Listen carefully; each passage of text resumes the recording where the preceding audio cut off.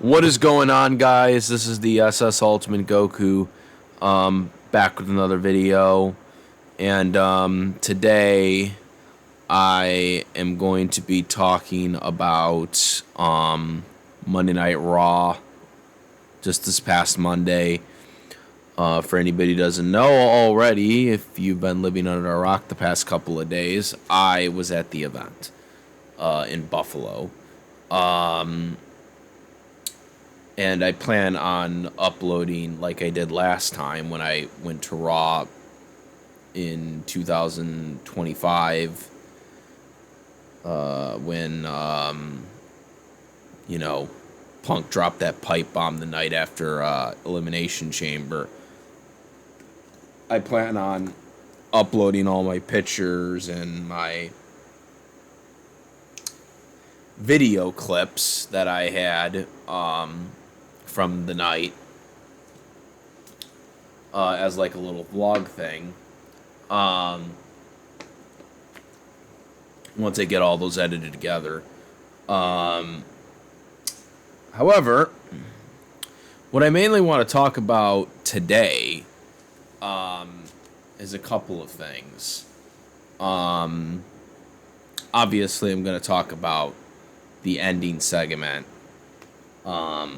But I also want to talk about something that blew up that I was not prepared for. So, for contents, I just want to say this right now. This is not the first time I have recorded the shop booth at the arena. All right. I've done this before. When I went to Raw like years ago, when Bobby Lashley was still in WWE, they didn't have any Lashley merchandise, and I had snapped a quick video of the merchandise booth saying why they didn't have Bobby Lashley merchandise. I posted that on Instagram years ago. This is not the first time I've done this. Okay? But this is the first time that I did it where it blew the fuck up and went viral. So for contents, and just to clarify, because there are a bunch of dirt sheet articles that are posting like screenshots from my video that are not crediting me for it. They're just saying virtual fan or whatever. Yes, I was the person who posted it. Y'all see the evidence. If you look on the Twitter account, you can see the timestamp. I was there at the arena when that went up. And I could literally show you the file on my phone to prove that it was recorded at the time. At the exact time before the event started, or before the things, Raw started, because that was before main event, because they started at, we were let in the arena at around 6:15 Eastern time. So the merchandise thing, that would have been probably around 6:30, a little after 6:30-ish. It would have been, actually, I could just get the exact time right now. Okay, so I recorded this at 6:20 p.m. Eastern Standard Time. That is when I recorded it, according to my cell phone time records for the video that I posted on Twitter originally. It blew up online. It's gone viral. Even my boy, the Reigning 48, was hitting me up about it. He heard about it, and he doesn't really pay attention to the stuff that goes on Twitter, and he had heard about it. And I hadn't even said anything to him about it, and he was like, I know you posted this. So everybody fucking was anybody in the know knew it was me. But there are a lot of people that didn't realize it was me. I saw like a Facebook article. People were commenting, didn't know the validity of it because it was just screenshots and not like the actual video. But yes, it was 100% me. I was the one that posted it. It was me. I have proof. It was me. I posted it on Twitter. And it wasn't blowing up on Twitter at first. It wasn't. It wasn't blowing up on Twitter right away. As a matter of fact, it didn't blow up on Twitter until about 8:40, 8:45-ish into the show, like about 45 minutes into the show. It's when it started blowing up, and that was mainly because of the Twitter guy, Revolution, the guy who's like the big Twitter LA Knight fan guy.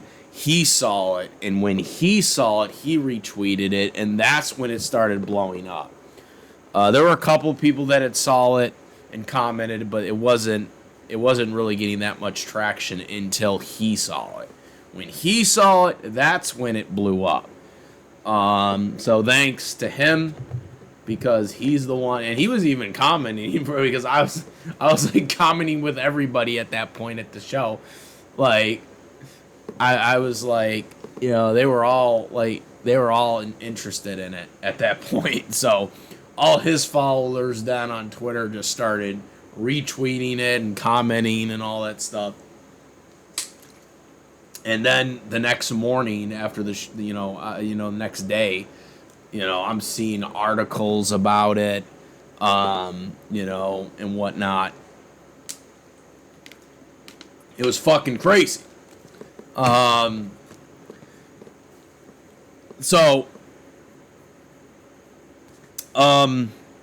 by the way, to all you numbnuts that were dissing my cell phone video camera, it was an iPhone SE, not a fucking iPhone 4. Because I saw some comments about that, and that really pissed me off.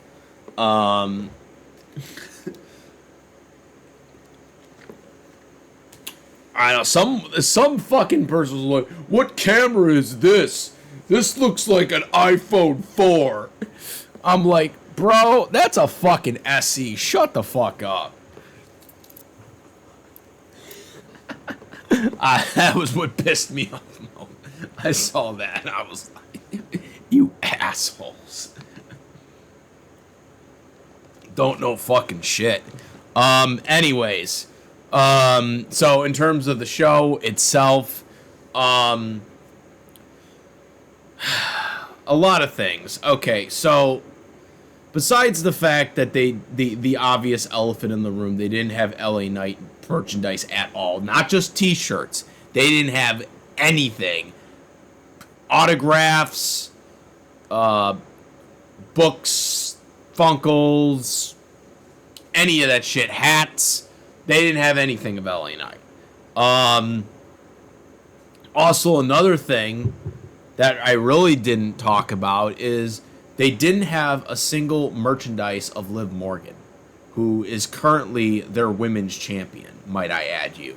Okay, some people will say, well, she's a heel, but they also had heel characters merchandise. So that's not why they didn't have it. I think that was insane, that they didn't have anything of Liv Morgan. Ironically enough, they had a shirt of Rhea Ripley, who wasn't on the show, and obviously she's out injured right now. The thing that insulted me the most out of everything, the thing that really insulted me the most was when I saw that they had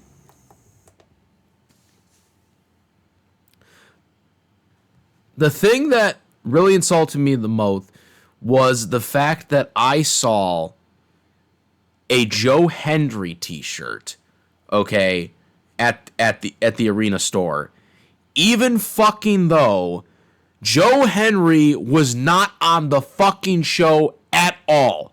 And I don't hate Joe Henry. I like Joe Henry. Okay, I don't get it fucking twisted. But the fact that his shirt was available at the arena booth, and he wasn't even on the show, and he had just jobbed to Braun Breaker like what in 20 seconds or whatever with the spear. His shirt was there, and not LA Knight's, who's literally the fucking in the fucking main segment of the show. Like I was like, that's fucking crazy. That is fucking ludicrous to me. Is like, how are you gonna put Joe Henry's shirt on the fucking show when he's not even on the show and he just lost like in 20 seconds in the previous week? LA Knight is in the main segment of the show, and there's not a single merchandise of him, okay, to be found. Okay? That to me was the thing that really irked me the wrong way. I didn't realize how bad it was until I saw this. Okay? I mean, I've been ranting and raving about how they fucked over LA Knight multiple times in booking wise, but I didn't realize that they weren't like fucking bringing his shirts available at the event, because I also got comments I was seeing that there were other Raws or other SmackDowns where there were no LA Knight merchandise in sight. Okay? Someone said that there was a shirt at SummerSlam and a vest available at SummerSlam, but there were other people that were saying that some of the recent Raws, that there were no LA Knight merchandise. And to me, especially for this particular Raw, this Raw pissed me off because obviously I was at it, but again, why is LA Knight in the main segment of your show and he doesn't have any merchandise? That's crazy. That's crazy to me. That would be like Patrick Mahomes in the Super Bowl and they don't have fucking any jerseys of Patrick Mahomes for sale at the booth, at the shop booth in the Super Bowl. Okay? That's what it basically is. How the fuck do you do that? Like, no fucking sport would ever fucking do that, except for apparently in wrestling. Okay? That's how ludicrous that is. That is how ludicrous that is. So, no. I absolutely happy that I posted that fucking video. Okay? Because, yes, we can talk about how I make so many LA Knight content, and I'm the biggest LA Knight defender here on YouTube, or whatnot. But booking-wise, marketing-wise, that's crazy to me that his merchandise was not at the merchandise booth. Okay? I don't understand how you can not have merchandise of the people that are being heavily featured on the show. Okay? Liv Morgan is the current women's world champion, and her merchandise is not available at the store. LA Knight's merchandise is not available at the store. He's in the main segment of the show. What are we fucking doing here? Okay.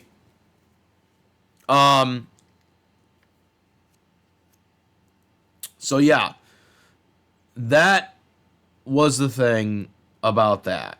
In terms of the Raw, there was no dark match, by the way, at the ending of the show, after the show had ended.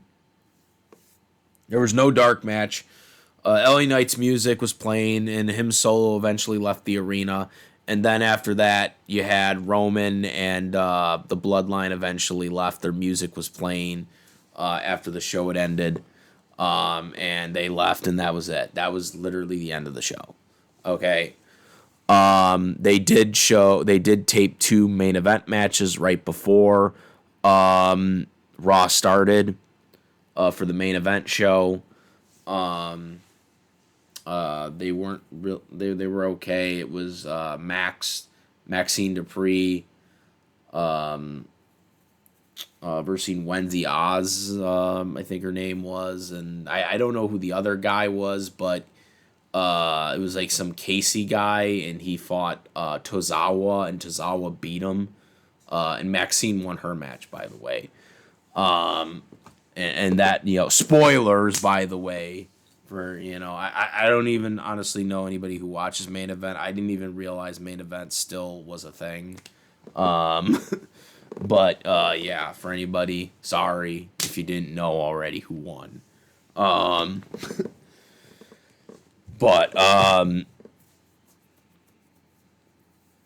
but yeah, and then Raw started, and it was a very uneventful Raw, in my opinion. Outside of the Mysterio and Chad Gable Intercontinental Championship match, I fucking love that match, by the way. And I love to get to see Rey Mysterio again wrestling in. But the fact that we got to see Rey Mysterio wrestle in Buffalo one last time is a treat, because my first wrestling event I went to when I was like 12, because my mom never took me when I was younger than that. She would never let us go to the events during the Attitude Era. For people that are wondering why I had to wait until I was 12 to go to a wrestling event, it's because my mom refused to take me when I was younger during the Attitude Era. So,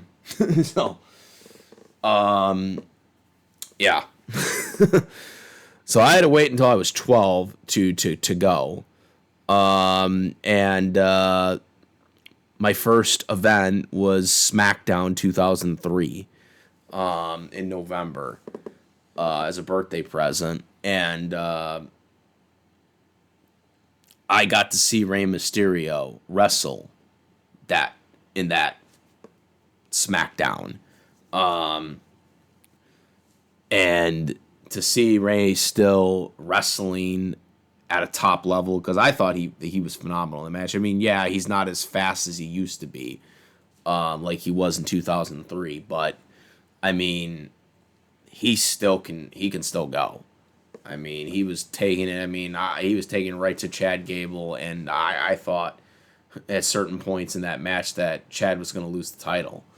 I mean, it was a very believable match.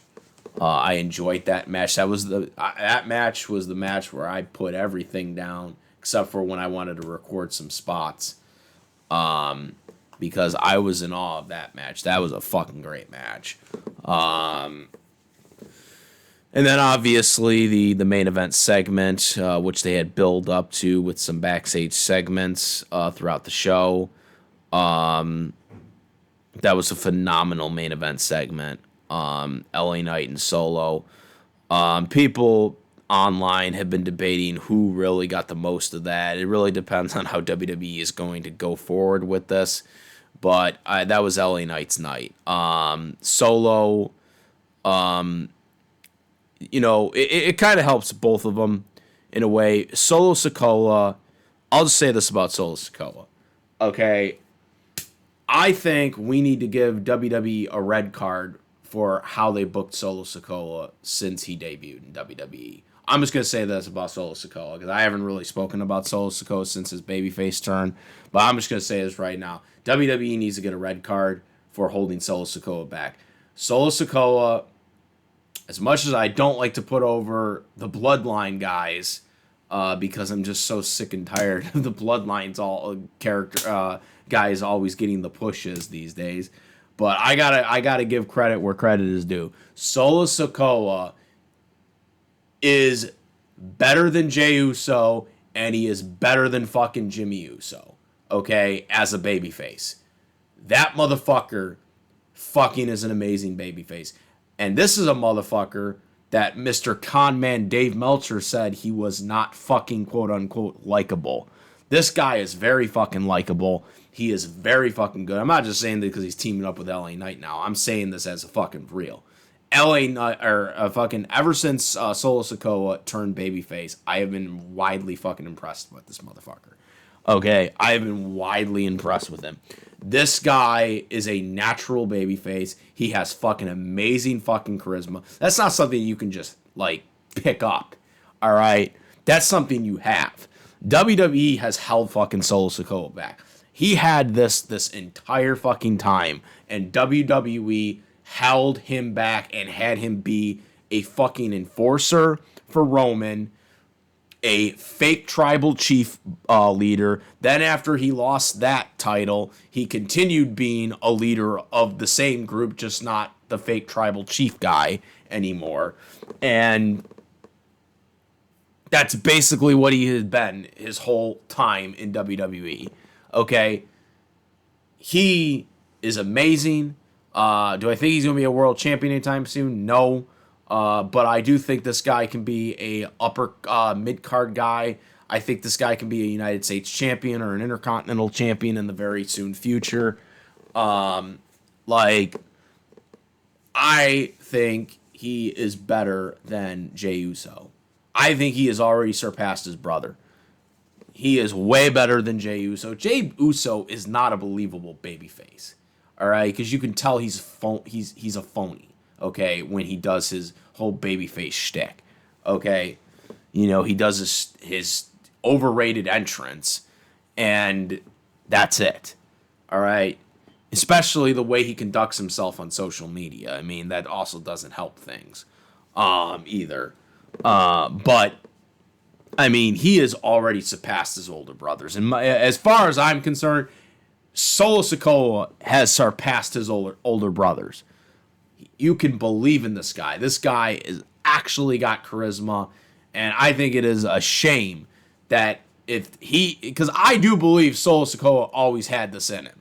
I don't think you just pick that up just out of nowhere. You don't just pick that shit up out of nowhere and just can flip the switch. Yeah, you can go from heel to babyface or babyface to heel is one thing, but being believable and being able to believe in somebody, being able to believe in a fucking character when they switch, that's something that's much harder. And Solo Sikoa absolutely was able to do it right away. There's no way you could not convince me that this guy didn't have this all this time. Okay? He had this all this time, but WWE didn't want him to be that. Okay? I think he should be a babyface for a long time. I don't think he should turn heel anytime soon. This is another situation like Rikishi back in the day. Remember when Rikishi, he was over as a babyface, and then they forced him to be a heel by him doing it for The Rock or whatever.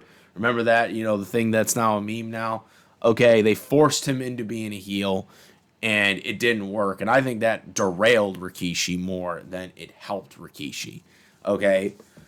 You got, with Solo Sikoa, he is someone that was forced into being a heel because they wanted him to be in the bloodline right away, and they didn't know what to do with him after that. And now he is finally breaking free of that. He is being his own man now. He is being a babyface. And I think he needs to stay a babyface for a long, long time. No more heel bullshit with him. This is what he's got to be. Okay? Okay? He is far more credible than his brothers. Okay? As a babyface. Okay? But this was, the way I look at it, this was LA Knight's night. Okay? This was not Solo Sikoa's night. This was LA Knight's night. Because LA Knight got the biggest pop for that entire arena. Close second being Obafemi, because Obafemi, they went fucking loud for Obafemi. Buffalo went fucking anal shit for Obafemi. Okay, he was getting a fucking massive pop. Okay.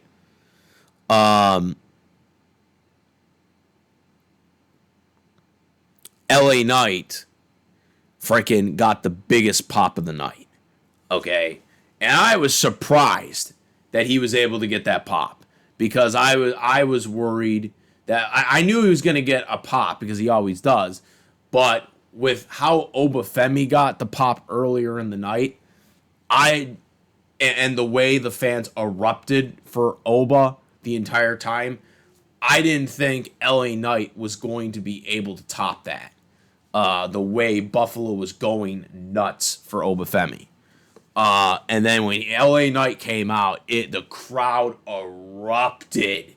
They erupted for LA Knight, and I think it was by a little bit, but I think he beat him. I think he was able to top Obafemi's pop. It erupted. It erupted for LA. This was LA Knight's. This was LA Knight's moment. It was Solo's moment too, but I think it was more of LA Knight's moment, and hopefully WWE capitalizes on that. What's my stance on what they need to do? I still maintain the fact that LA Knight needs to be in the Money in the Bank match, not be in a world title match at Money in the Bank, because unless he's winning it, I don't like that idea. And I even suggested maybe they do a table match, because you can't do a First Blood match in PG era.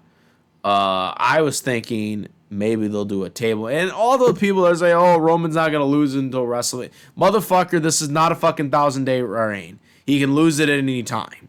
Okay? You're going to do it.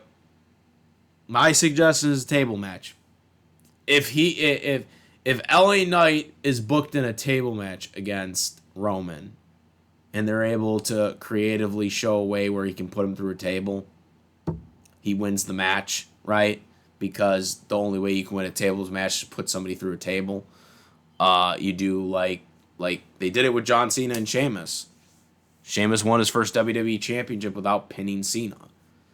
Okay, because he put him through a table. Okay? Right? That's what I think they could do with Roman, where he doesn't actually get pinned to lose the title. Because he's put through a table. That's what I think they need to do. Otherwise, what I'm thinking is Money in the Bank. He's got to win Money in the Bank. Can't win the he can't win he can't, he faces him at Money in the Bank, the odds of him winning are not going to be good unless if it's like some type of gimmicky match, where Roman doesn't have to be pinned. Because they're not going to have fucking LA Knight beat him by pinfall. They're not going to have him, or unless it's dirty, they're not going to do that. They're just not going to do it. Now, another thing to note is that Jacob Fatu really didn't do anything at the end of the night. And a lot of people have been pointing out, well, Roman early in the segment said, don't do anything, or whatever. And that's why Jacob didn't do anything. However, you need to understand the order for Jacob Fatu to not do anything was for LA Knight. It had nothing to do with Solo Sikoa. And yet, Jacob didn't attack or try to attack Solo Sikoa. Okay? So, there's more to this than just, he's not following, he's following Roman's orders of not going after LA Knight. Because that was only for LA Knight. It was not for Solo Sikoa. So, there's going to be a lot of interesting things there to see what they do with Jacob, if Jacob is also going to eventually turn on Roman. I don't think they're doing that, but there's a possibility with the way they're setting this up. The title match, I really hope, because obviously there's going to be the title match in Mexico City against one of the luchadors.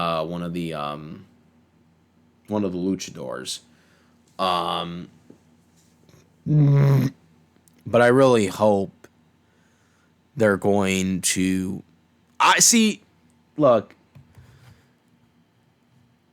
I rather them play the long game than the short game. And what I mean by that is if we really are getting a serious push of LA Knight winning the winning the World Heavyweight Championship, I rather them wait. If we're actually getting a serious push. That is if we're getting a serious push here. Because I think him facing him at Money in the Bank would be stupid because, again, it would be just so they can be like, oh, well, going in that he isn't going to win it. Number two, the build of LA Knight winning the title is better chasing it down for months on end than him going into a pay-per-view that we know he's not going to win in. Okay? Because that derails it. All right? And then he's got to continue to rise up on it. The better route is what LA Knight said. Remember, LA Knight didn't just say Money in the Bank. He said, I don't care if we wait all the way until WrestleMania. Y'all remember that, right? He put that in there. He didn't say, oh, we can do Money in the Bank, or if you want, we can just wait all the way until WrestleMania. Okay? The WrestleMania line is the interesting, important thing that needs to be put into there. It's the interesting line that he put in there. Now, do I think they're honestly going to wait until WrestleMania like LA Knight said? No, probably not. But that limelight of a promo says that LA Knight's willing to wait. Is willing to wait even that long to wrestle him for the title. Okay? That to me is the better alternative, which is why I think it's better if LA Knight wins Money in the Bank. Wins the contract. Because one of the things that I think WWE has never done when it comes to the Money in the Bank contract, there's so many things you can do with the Money in the Bank contract that haven't been done before. Because a lot of people say, oh, the Money in the Bank, there's nothing really left you can do with Money in the Bank. There's a bunch of different things you can do with Money in the Bank that nobody has done before. The one thing that they can do with Money in the Bank that they have yet to do is have a Money in the Bank winner announce that they are going to cash that in at WrestleMania, but tell everybody in advance. Like, actually, not like an Edge cash-in or a Seth Rollins cash-in, but like an RVD cash-in, where you announce that you are going to use the Money in the Bank contract to guarantee that you are in the main event of WrestleMania.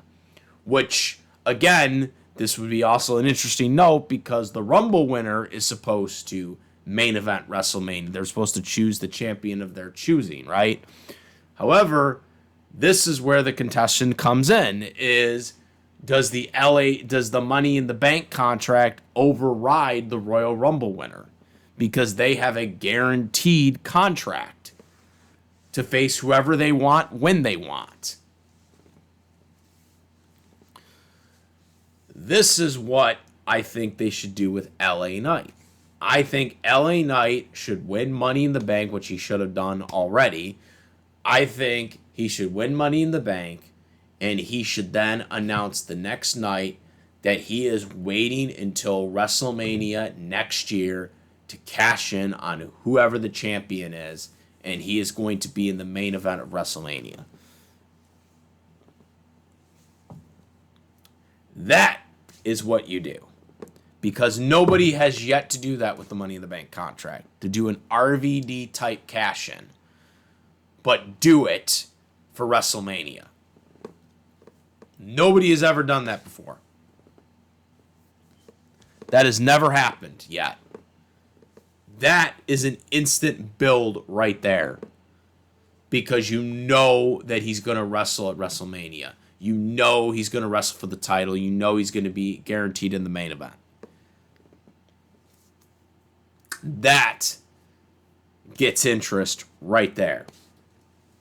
Because you know what's coming. Plus, they're obviously going to probably do Survivor Series War Games too.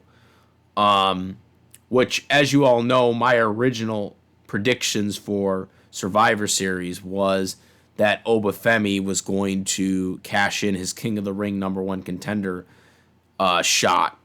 title shot at Survivor Series, since he didn't do it at SummerSlam. Because that was the next big 4 pay-per-view. But obviously that's not going to happen, so I don't know where you put that in unless he's going to wrestle at Rumble. And that's assuming he goes after Roman. He might go after Punk. Everyone's just saying that he's going after whoever the world champion is. I don't necessarily know that, especially the way CM Punk was after SummerSlam. I think he might actually end up going after CM Punk. Which, as a CM Punk fan, I'm not necessarily too thrilled about, because I don't want to see Punk lose, obviously. But it might make better sense in the long term.